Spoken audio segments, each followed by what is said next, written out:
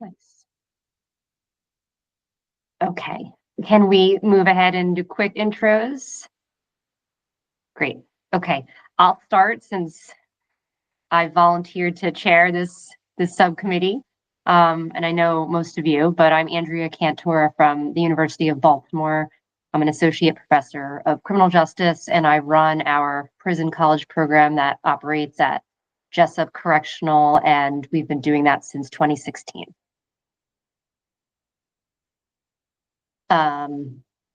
Gordon, you're next. Thank you.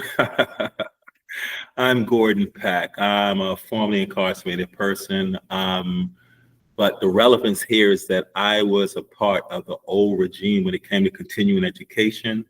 I was a part of Morgan State University's extension program back in the 90s. When the Pell Grants were cut out, I was left with 118 credits and no degree and no means to complete that degree. So I'm in the process for the last year or so trying to work this out somewhere where I can get my degree. But I was educated in this system, unfortunately, but that's where I am and trying to add that element to this group. And I'll pass it to Amanda. Hi, everyone. I'm Amanda Owens with the ABLE Foundation, and my program area is criminal justice and addiction, and we focus quite a bit on reentry and support some programming in the prison system. So I will pop it over to John.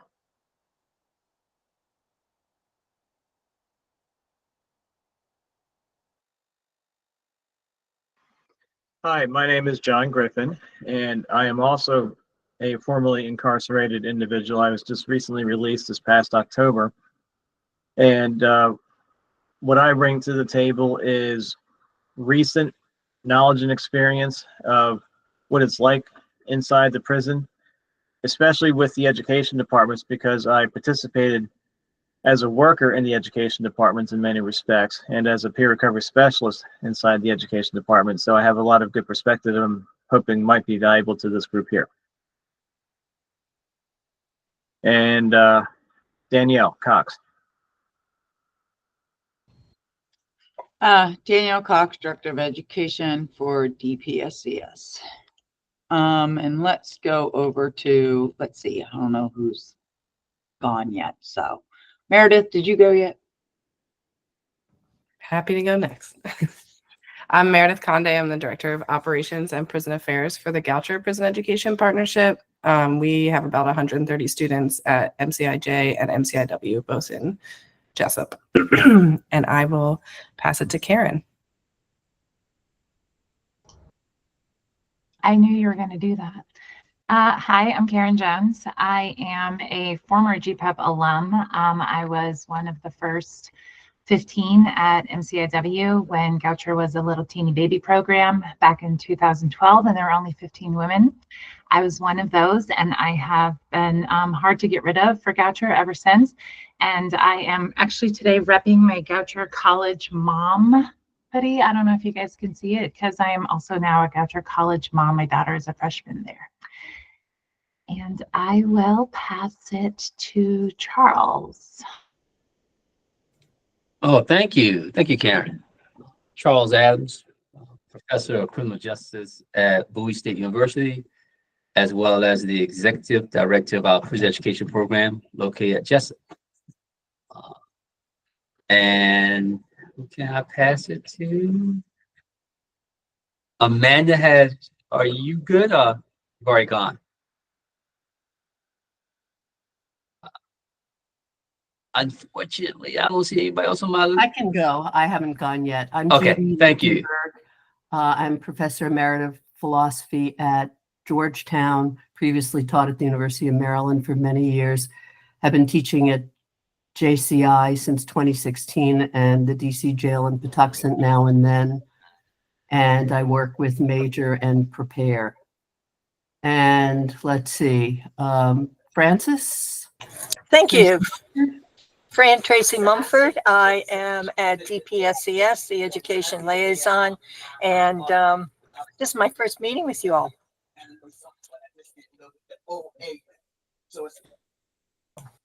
If there's anyone else, just step right up. I think I might be the last one. Oh, I'll go. Hey, everybody. I'm Emily Hines. I'm an assistant teaching professor at Georgetown's Prisons and Justice Initiative. And I'm also the associate director of the Bachelor of Liberal Arts program at Patuxent, which has been around for about 3 years. Hello, everyone. I'll go next. My name's Anisha Latal. I'm the division chief for the post-conviction division of the Office of the Public Defender. The greater majority of our clients are incarcerated, so obviously this is an important, education is an important thing for us. Thanks. Hello, everyone. Can you hear me?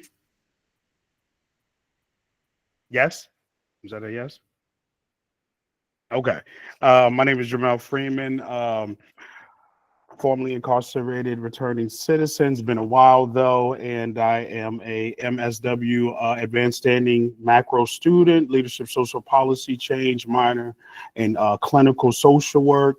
I'm here at my internship right now, and I bring to the commission board just striving to reduce recidivism, promote healthy and positive behavior changes, and reducing recidivism. Thank you. I'm happy to Hi, jump in. Oh, sorry, go ahead. Sorry, I'm Kelly Gillis, work at the University of Baltimore and formerly incarcerated. Spent 10 years inside JCI with Gordon. We were in there together, and he was there for a lot longer than I was, but we helped to start the Second Chance program with Dr. Cantora back in 2016. And I came home about 2 years ago, finished my bachelor's, and now I'm getting my MBA. I'll graduate in May with that. And yeah, I want to help in any way I can because the program really changed my life. And I owe Dr. Cantora a great debt of gratitude. So anything she needs help with, I'm going to help her with. So. My name is Ainsley, and I work for the Governor's Office of Crime Prevention and Policy, and I am the staff person for the Prison Education Delivery Reform Commission. So anything you guys might need, I'm here for.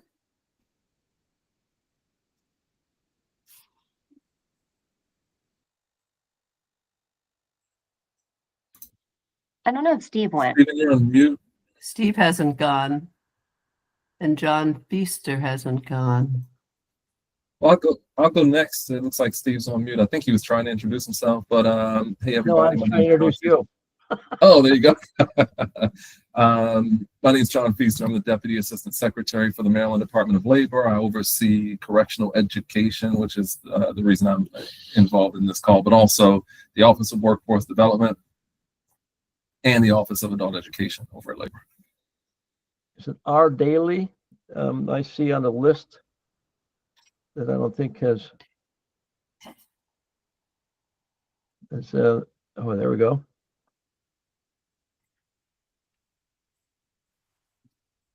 Voice. Can't hear you. What, Steve? She's silent. Okay. I'm not sure who that is. Rose Daly, R. Daly. Rose Daly. Okay. But she's not. Oh, she is showing muted. Yeah. Okay. Well, I don't know if she can hear us. Can you hear us, Rose Daly? Yeah, you're on We mute. can't hear you. now. Okay. Well, when you get unmuted, just barge in and introduce yourself. Steve Stewart, and I'm chair of this commission, and formerly was correctional education and academic coordinator for programs in the Maryland correctional education system, and then also the executive director of the National Correctional Education Association for a number of years. So I'm really pleased at the turnout. And so I want to turn it back to Andrea. I think we've covered everybody, unless anybody who hasn't been introduced, please do so right now.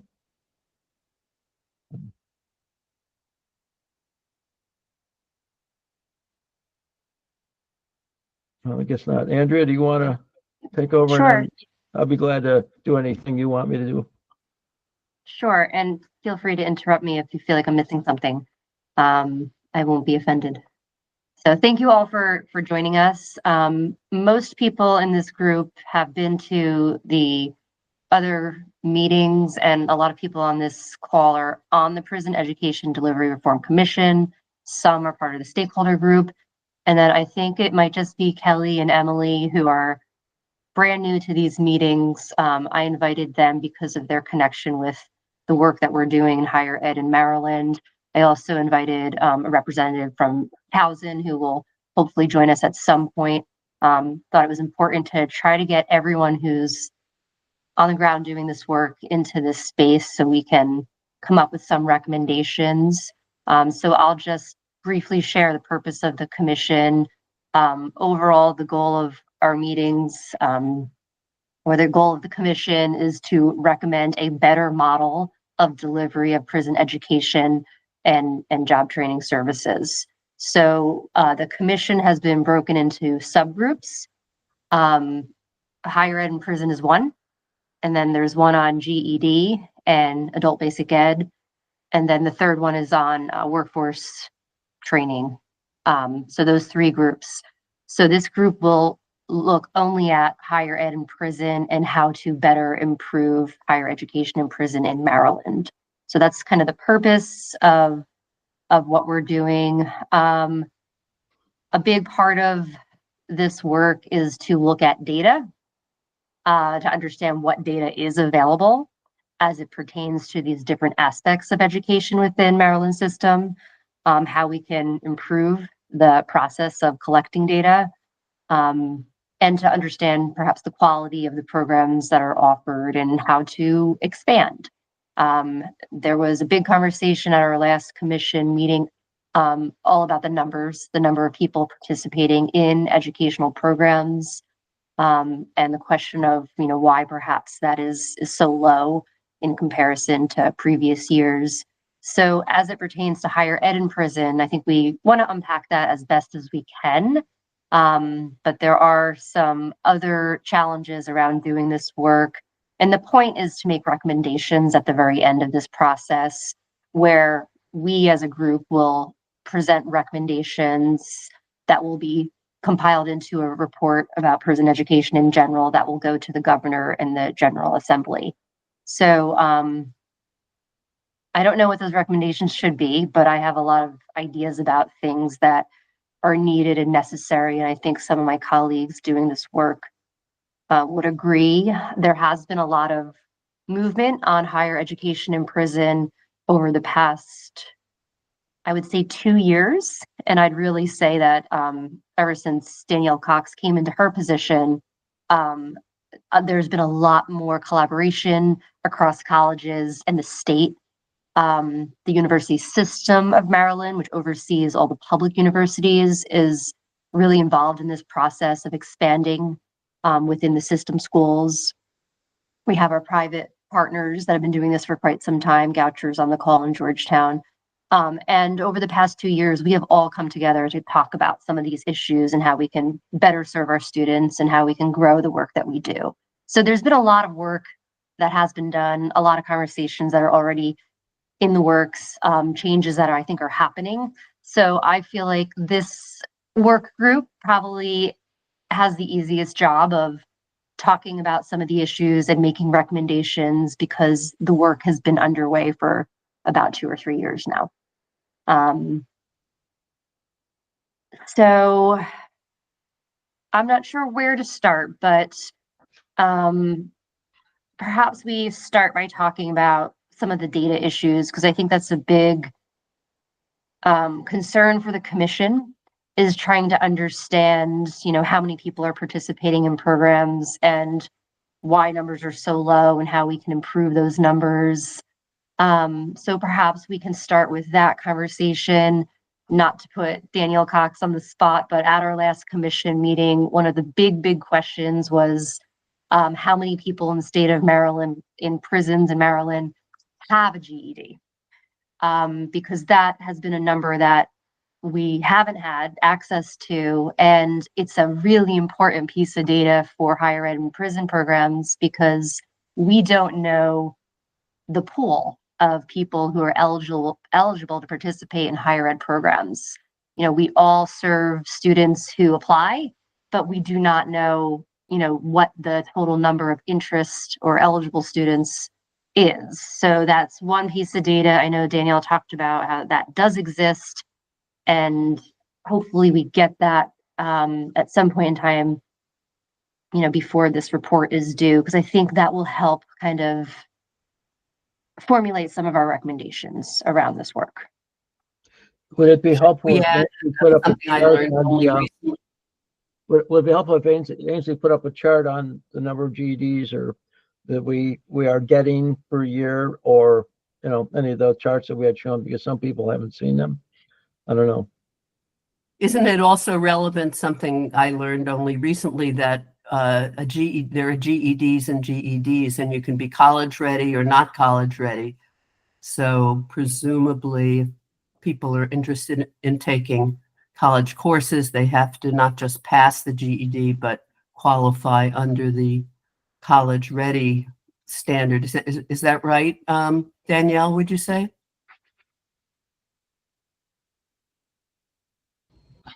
Whoops.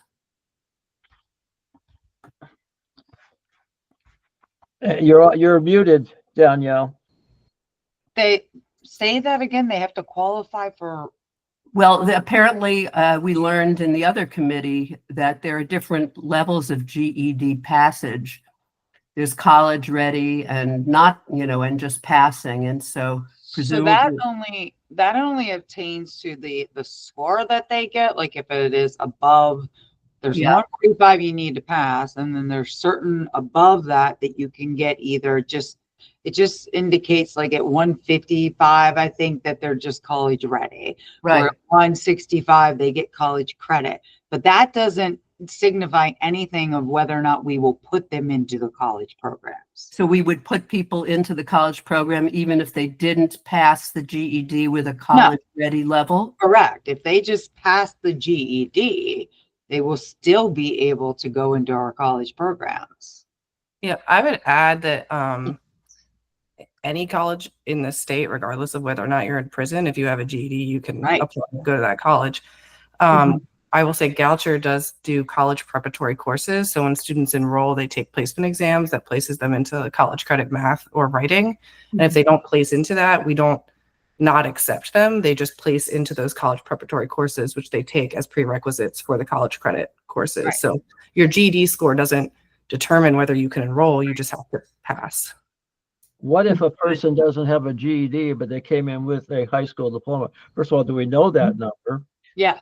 And then they would certainly be eligible, just like anyone with a high school diploma. Do we know that number? It'd probably be easier to get the GED number, unless. No, we do. We ask them upon intake. We have to also, if they don't have verification of that, labor does verifications of high school diplomas. Yeah, we absolutely have the number of how many people come in with a GED or high school diploma, how many get GEDs and high school diplomas each year. Yeah, we do. Well, how long would it take to kind of get those two figures? I mean, we could take a snapshot in time as of the end of, a certain month, September, October, I don't know what, and say DOC population, these people have high school diploma, these people have GED. I can get that. I mean, obviously it wouldn't be today. We are dealing with a lot of stuff right now. But my data people can pull that. Like, that's not a problem. That'd be great if we could get that soon for the committee. That's great. Yeah, and I can also share with the group that of the colleges operating in Maryland prisons, there's 4 of us well, 5 of us currently, and Danielle would know our numbers, but we are under 300, or perhaps maybe right by around 300 people that we serve in Maryland prisons. And it's the four-year institutions that are operating, and we have one community college operating on the Eastern Shore, and that college is closing. I think, Danielle, by the end of the spring or so, end of the year maybe. So that piece of information, we don't need to talk about that right at this moment, but I think it's really important to kind of look at and understand why a program would shut down after operating for about 8 years. So I think it's important to understand that context as we talk about issues as we go. There are other programs that are popping up and will start operating. Towson, for example, will start their program in the fall, and then there's other programs that are planning their programs as we speak. So I think higher ed in prison in the state is growing, and we can highlight that in any recommendations or any report that we have to draft, that I have to draft with all of your help. But we will include that context of what is happening in the state, what are the numbers, because again, the number of programs will grow, but it's going to grow very slowly because there's challenges to starting new programs. So we can talk about some of those issues and perhaps make recommendations on how to alleviate some of those challenges, as many people on this call who are running programs or have been in programs understand them, and we can highlight them and name them at any point in time as well. There's a piece of information that not everybody knows also, that we're in competition, college programs are in competition with career tech programs and Maryland Correctional Enterprises, because you can't get into the vocational programs unless you have a high school diploma, or into the Maryland Correctional Enterprise jobs, which pay the most. So in a sense, there's competition, and just want to put that out there so people realize who don't know that. Do we have information about supply and demand, and are there many more students who are eligible and want to get into these college programs, looking at all of them together, than there are spaces for them? So each program, well, let's talk about our program. A lot of us have wait lists for our programs. So we gather this data of how many students are on a wait list, how many are enrolled each semester.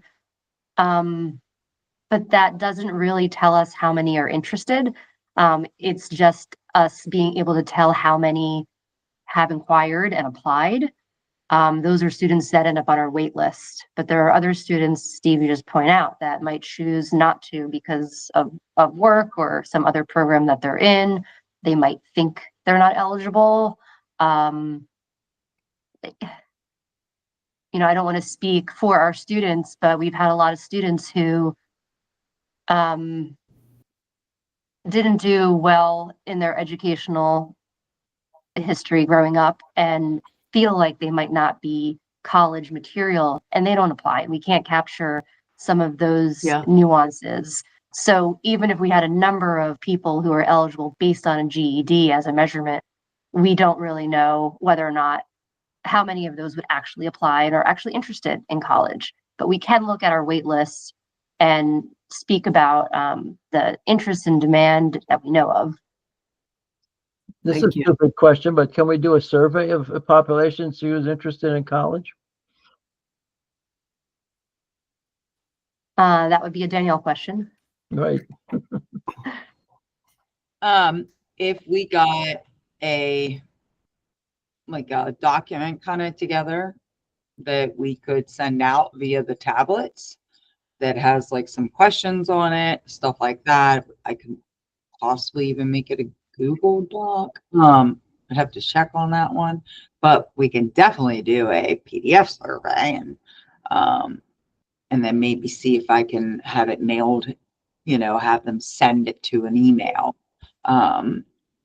Yeah, so we can do it. I was going to figure out how.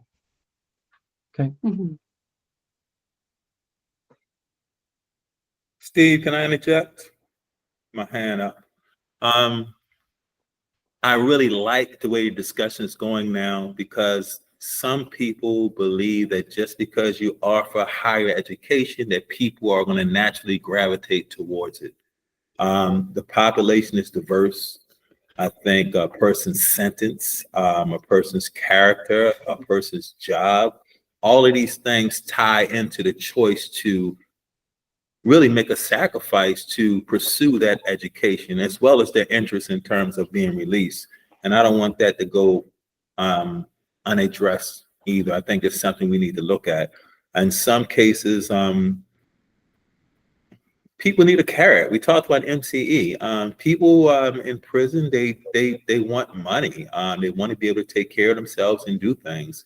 If you have a job that's paying you and not allowing you to go to school or college, you're going to stick with the job because that's where the just like in the community, the same thing. The job has to come first. What are we paying students? Do they get paid for going to these programs now, or is it just voluntary? Yeah, I'd love for Emily to talk about what Georgetown does, because I think Georgetown students do get paid. But I'll speak to our program, and this is probably true of Bowie and Goucher, is our students go to college in the evening, so after 2 o'clock, which means, I mean, for us, most of our students are working at MCE during the day, and they come to school in the evening. So no, they're not getting paid because they have their job in the morning and they volunteer for school in the evening. I think that's true for most of our programs, except for Emily, if you want to share Georgetown's program. Yeah. So our students are full-time students that have a work assignment. So they're paid $2 an hour to be college students, and they're paid, I believe, 7 days a week. So yeah, I think that was sort of a new precedent set by this program. I know that Goucher and Meredith, we just talked recently about you all shifting to that model as well. But some students have part-time jobs, but most of them are careers. So can you go over that again? How much are they paid? I'm sorry. $2 an hour. $2, yeah. A day. Is it an A hour? day. Or Sorry, no. It's a day. Yeah, sorry, I got that. $2 a day. Yeah. And to follow up, Gordon, because you're probably thinking, well, why, like, about students at other prisons and classifying them as students so they can get paid. Most students would prefer their MCE job because of the payment and the credits, and they're not going to make that choice. But a big barrier to all of this is the fact that a lot of the prisons, JCI, I'll just speak about, there's GED programming happening during the day. There's no space for us to even run a program before 2 o'clock. So that's really the main reason of why students, this is mostly volunteer for most of the programs. What about diminution credit? If they're not assigned to that job, do they still earn diminution credit for going? And that's a good motivation as well. So not for going, but for completing. So for completing a certificate, an associate's, a bachelor's degree program, a person who's eligible, there's certain offenses that are not eligible, can receive credits upon completion. And that, again, varies based on offense. What is the average diminution credit? I mean, you get a GED or if you get an AA degree or something. Danielle, do you know that? I think she stepped off, but it's 10 days a month you get for being enrolled in one of these programs, whether it's just that's good time. But what's the diminution credits for finishing the program? I think, and someone has to check me on this, I haven't looked at it in a while. I think it's 40 to 60 days off a sentence, and the 60 would be, I think, for a nonviolent offense. 40 would be for, I think, is based on offense. But again, there are certain offenses that they're excluded completely for getting those credits. I think that's correct. Don't quote me. It's been a while since I've read it. I think you are correct. Just for the record, I had done some research on this some years ago before we entered the legislation that got passed. And some states, like Indiana, which is a very conservative state, had as much as a year off of sentence for getting a college degree, maybe a half year for GED. So Maryland is on the lower end of reward, just for the record. So when you say 40 days, that's 40 days. For getting a degree, you'd only get 40 days off your sentence. Okay. Right. So somebody who completes a certificate program, that might take 15 months. For someone who gets a degree, which takes maybe 6 years, it's the same amount. So that's problematic in terms of the amount of time someone's putting into a program. The 10 days that Gordon mentioned is important too, because for programs, if you go to different programs, you get days, good time, as they call them, offer you, I guess it's offer your parole consideration. Gordon, I'm not sure how that exactly works. Oh, Gordon, you're on mute. Silent. My bad, talking to myself. Only in the case of lifers or suspended life sentence of any kind does it affect your parole decision. For everybody else, it affects your mandatory release date. Good. Thank you. So if I may jump in real quick, I'd like to provide a little perspective on the mindset of IIs in prison regarding participating in college. And I can tell you from experience and talking with a lot of those guys, they are very interested in participating in college, but a lot of them don't have the self-confidence to think that they can do it. And a lot of them don't really understand, what exactly would go into participating in a college program. And I think they would benefit from some sort of additional information to help them understand what exactly goes into being a college student. Me myself, when I was there, I did a lot of counseling of guys saying, pushing them, yes, you've got the intellectual capability. You can go do the college program, go apply. I actually sent a couple guys to Georgetown as a result of that, and got a bunch of guys in with the Warwick Community College program at ECI, who, of course, we know is getting ready to shut down. But and I don't know how to suggest that you provide additional information to the guys inside, whether it's an information fact sheet on the tablet, or perhaps a visit from a representative to have like a seminar or an information meeting. But there is interest there, and just a lot of those guys don't really act on that interest because they don't feel like that they can do it. I think you bring up a good point, and Gordon can clarify this more. You were a model for other people. Gordon was taken under the wings of people who then Gordon became a model for others. There are people in the prison who are incarcerated who are really working to get people to turn them around and inspire other people. And to reach some of those people with this college thing is, I think, something that could help. You have peers for everything, and that's extremely helpful. Can I just say something really quick, because I don't know how many of you have been following the federal executive orders and what's been happening for prison education and federal funding reentry services for the last day and a half, but you might have seen me freak out and like leave the room. Let me just share something really quick, because this just happened.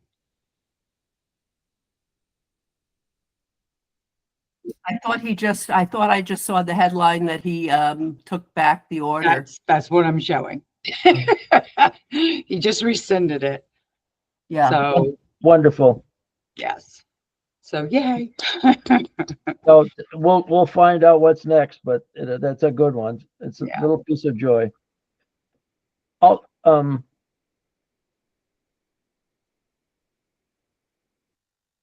Go ahead. I'm sorry. I had a thought and I forgot what it was, so I'll come back to it. Oh, I know what it was. Just historically, we had college programs up until 1994, and Gordon remembers that. He got his classes done, and then Pell Grants fell through, didn't finish. And at that time, these are in the ECCI annual reports, there were 1,000 post-secondary students. I remember going out to UMBC, they had people going from pre-release by a bus every day, brought back at the evening, they go to class during the day. So there were actually off-campus programs too. Hagerstown Junior College, now HCC, had several hundred students. We had Morgan, we had Coppin State, and UMES. And okay, yes. So we had 1,000 students at one point, and so one of the things on the visits we're going to do is look at space. I know programs in college are taking place in the evening, but did we lose space or not that was used for school over time? I'll be taking a look at that, and some other people maybe who know a little bit about the history. So space is one thing, staff's another, money's another. Maryland doesn't provide any state funds, which is one of the reasons Warwick Tech is leaving. They can't afford it. Most other states that do have college also have state money. Is that something we should be advocating for? Getting somebody to introduce a bill in the legislature that the state should provide money? I know this isn't the year, but we can recommend anything we want. And I mean, there's a lot of, I get about 15 things here people have said that I thought we could put into some kind of recommendations ready. We'll be, I'm just going to write back and to talk to Andrea too. But yeah, I mean, there's a lot of stuff. Yeah, I mean, I think we need to talk about it and think about how we word that recommendation. I mean, for years, that has been where I've been thinking, but I don't know how that is going to go this year. But I think the context behind why state funding is important, if we pretend there's no problems with the federal government today, let's just talk about the federal Pell Grants and what they do and do not cover, because this is why Warwick is closing and why other programs are going to have a hard time starting, assuming all is good with Pell Grants for the next several years. But they do not cover the full cost of a program. They do not cover full tuition for most of the state four-year schools and the private schools. So all of us four-year schools have to find additional resources to cover the cost of operating a program, and that means staffing and supplies and technology.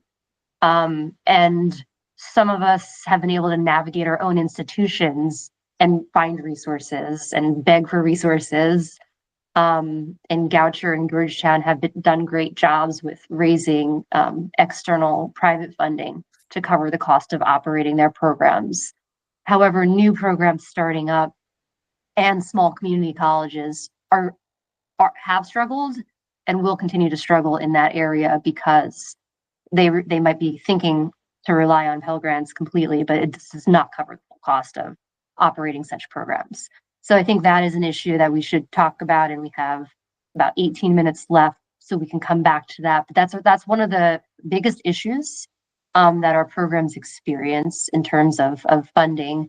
And then I would say the second biggest issue is space within prison classrooms or prisons in general. And Steve, you just highlighted that, but that's another issue, right? We can't grow the number of students we serve if we don't have proper space, and if we don't have proper funding in place. So there can be recommendations about state funding. There can be recommendations about alternative ways of providing space. Goucher, I'd love for you guys to share about what you're doing with trailers, because that's unique and innovative. And I pray that your funding for that is not paused. Yeah, I mean, just briefly about the trailers, part of our sort of 5-year expansion plan involves going full time, which means obviously we need daytime space. And fortunately and unfortunately, at the men's facility we're in, we've been informed that it essentially is a sinkhole. We cannot build trailers there. But at the women's facility, we are installing 2 trailers to hold classes during the day. And funding for that is coming almost entirely from a federal earmark, which honestly yesterday I thought was paused indefinitely. So yeah, I mean, it is a good solution as long as the funding remains there, but it's also like the question about replicability for other programs, considering the way that we're getting the funding for it. So if there was like a statewide approach, that would obviously be preferable. And Steve, I'd love for you to think about that as I know you and others might tour different prisons and look for available space.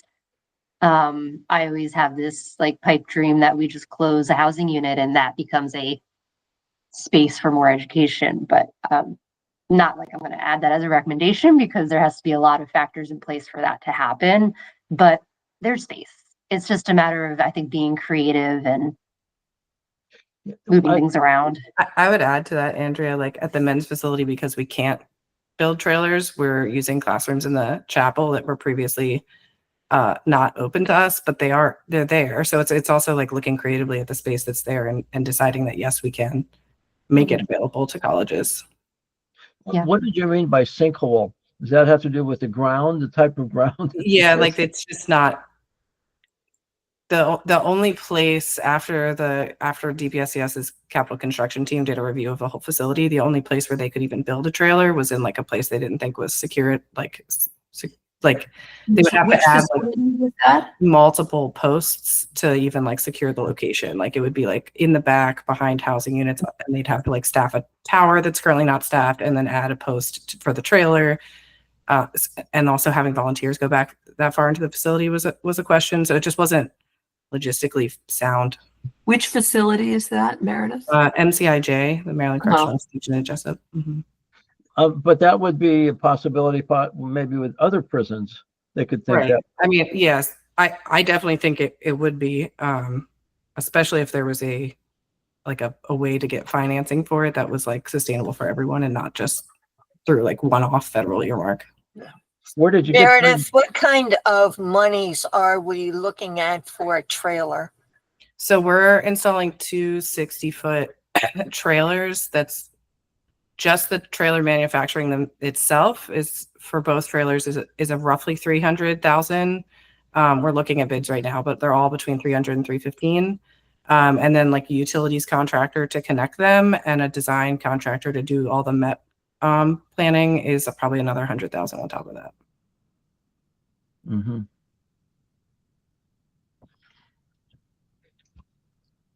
And if one of our recommendations is focused on space, this could just be an example of something that, Goucher is doing. And it's a brand new initiative, but I imagine, Meredith, of other states that have done this maybe, or we could look to that, because part of this work is doing some research about best practices in other states. And this is perhaps an example. Yeah. And I do think beyond trailers, just looking creatively at the space that's already there and getting facility folks to be more creative with the space that's already there would be helpful as well. Yeah. And I can share back in, Kelly might remember the year 2017 at JCI, we, for about a year, moved our program to a housing unit. It was Anne Arundel Community College at the time and University of Baltimore, and all the college students lived in the same tier. And this is a model done in other states where we have college dorms within prisons and similar to therapeutic communities in prisons. And the classes, we were small at the time, we had 30 students. So it did work at that moment in time. It wouldn't today because we're double. But the classes took place in like the day room, I think it was, Kelly. Was it the day room? Is that what they called it? I didn't love it because we had to walk really far into the prison and we had to be in the housing unit, which it was not great, but our students loved it. And it helped a little bit with space and time. We were never kicked out because of other programs. There was there was some value in it. It was shut down after a year because pretrial people who were on pretrial detention from the city were moved into JCI and took over that building. So we were kicked out. But I think there's it should be maybe revisited as a place perhaps to do some programming. I don't know. I don't know what it would look like. But other states are doing things like that. Mm-hmm. This is great. I mean, some of the stuff would pan out maybe for one place and not another. I mean, there are some places that have much more space or bigger rooms or better access to things, bigger chapels. Just one question, Steve. I wonder if you know which are the states that do provide funding? California is one. California. Well, I was familiar with a number of them when I was doing evaluations. In Pennsylvania, I know Ohio because we talked to the Ohio director. Oregon has some monies. North Carolina has some monies. And we're going to be talking Maine, which is Danielle has said doing all kinds of great things. So we're scheduling, talking to the director there. we're going to probably talk to some more folks. I want to call Indiana because I think they got state funding. They were the ones who was given a year off if you got your AA or BA degree. It's surprising it doesn't seem to correlate with what we think of as progressive or conservative states. No, I'll say it right here. I spent a lot of time. I've been in all 48 states in a facility. Some places I've been, every state, Ohio has 33 facilities. I've been to all of them several times. Pennsylvania the same. And I've been impressed about how many, some states I went to that you would think conservative politics, they have much more programming. Texas has had it traditionally much more. And so it doesn't really correlate to our Democratic Republican politics as much as you would think. And Maryland, we're so Democratic, but we've had some real problems in Maryland over the years with funding. They were to fire all the teachers around the year 2000, and we had to go down and we cut a deal where we worked 4 days a week so that everybody could keep their jobs. And a lot of teachers quit; they couldn't afford it. Some of us stuck to it, and I had a part-time job on the outside, so I was okay. But we've gone through some real times in Maryland here. With governors, you would think we were doing very well under Republican governors. Not every one of them, but maybe when we weren't doing so well with some Democratic governors. So don't think politics on this one. Trump approved Pell Grants because his son-in-law's father spent time in the federal system and became a PRISM advocate. Now, that's not going to say that Trump doesn't turn around and change things, but we were really shocked that we got that through Trump's, they got the Pell Grant renewal through Trump. So you just never know. By the way, I just wanted to put in that before we should pick a date for this next meeting before we finish. And then just a reminder, we will meet every 2 weeks with the stakeholder larger group anyway. So I think Karen has had her hand up for a while. Yeah, just talk, please. I do. Thank you. No, I wanted to hear what you have to say. I wanted to sort of, to your end, Andrea, about pipe dreams. I wanted to just float out there that going back to the conversation about why people choose to work in the shops at MCE versus attend school full time. One, in most prisons, you can't be assigned to it. So, but what's happening with Georgetown really kind of opens the door to that. And so I'd love to understand that more and how it could be an option. But I know that if given the choice, a lot of people wouldn't go to the shops if it weren't for incentives, right? Shops pay because of incentives. And I didn't know if there was a way, and of course, this is assuming there's a magic pool of money that never exists, but if there was a way that we could also, through education, at least long-term, incentivize folks. You can be assigned to higher ed, and you get your days that way because days matter too, right? I'm not going to be assigned to something that only gives me 5 days if I can earn 10 elsewhere. I want to go home more than I want my education. But I also need to earn money for myself so that I'm not a burden on my family if I have anybody on the outside that's going to be holding me down financially. So if there was a way to sort of take that same idea of the shops with incentives and say, great, you're going to be assigned and here's your curriculum and you're going to suddenly there's space because Goucher is building these trailers and all of that's great. And part of your agreement, or I don't know what it would be called, would be that you have to tutor GED students. We're having issues with GED and we're needing to get those numbers up as well. And so sort of have higher ed lead the way, but contractually kind of lead the way. And so just in the shops, you get paid more for what you produce. And we could maybe start thinking of ways that with higher ed, we could do that as well. I have no idea what the back end of any of this looks like financially, but I just think that it's a pipe dream that allows people to actually choose school because it's now an option because I can also pay for my commissary and send my kids some money and earn my days and go to school. And now the shops don't have the stronghold that they have. I agree with you, Karen.